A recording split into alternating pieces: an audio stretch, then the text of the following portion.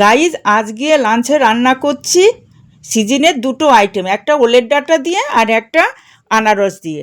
তাহলে প্রথমে দেখে নেওয়া যাক ওলের ডাঁটা দিয়ে চিংড়ি মাছ কিভাবে করছি। প্রথমে কড়াইতে তেল গরম হলে একটু সর্ষে ও একটু রাঁধুনি ফোড়ন দিলাম। তারপর একে একে চিংড়ি মাছগুলো দিয়ে খানিকক্ষণ ভাজতে লাগলাম। পরে আগে থেকে গরম জলে সিদ্ধ করে রাখা ওলের ডাঁটা দিয়ে দিলাম। তারপর কিছুক্ষণ নাড়াচাড়া নেওয়ার পরে স্বাদ মতো লবণ ও হলুদ দিলাম, বেশ খানিকক্ষণ নাড়তে লাগলাম। তারপর নামানোর আগে একটু চিনি দিয়ে নেড়েচেড়ে নামিয়ে নিলাম। এভাবে হয়ে গেল ওলের ডাঁটা দিয়ে চিংড়ি মাছ ভাজা।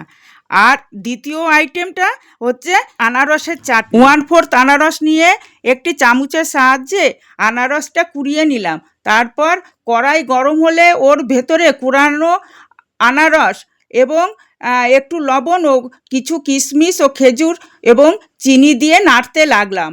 বেশ কিছুক্ষণ নাড়ার পর আঠা হয়ে গেলে আসলে ওর মধ্যে একটু 1 চামচ লেবুর রস দিলাম। তারপর আর একটু নেড়ে নামিয়ে নিলাম। এভাবেই হয়ে গেল আনারসের চাটনি। আর ইভিনিং স্ন্যাক্সে ছিল ভেজ চাউমিন, চিকেন পকোড়া এবং সঙ্গে 2 কাপ লিকার চা। তাহলে আজকের মতন এই পর্যন্তই। আবার অন্যদিন অন্য কোনো নতুন ভিডিও নিয়ে হাজির হব।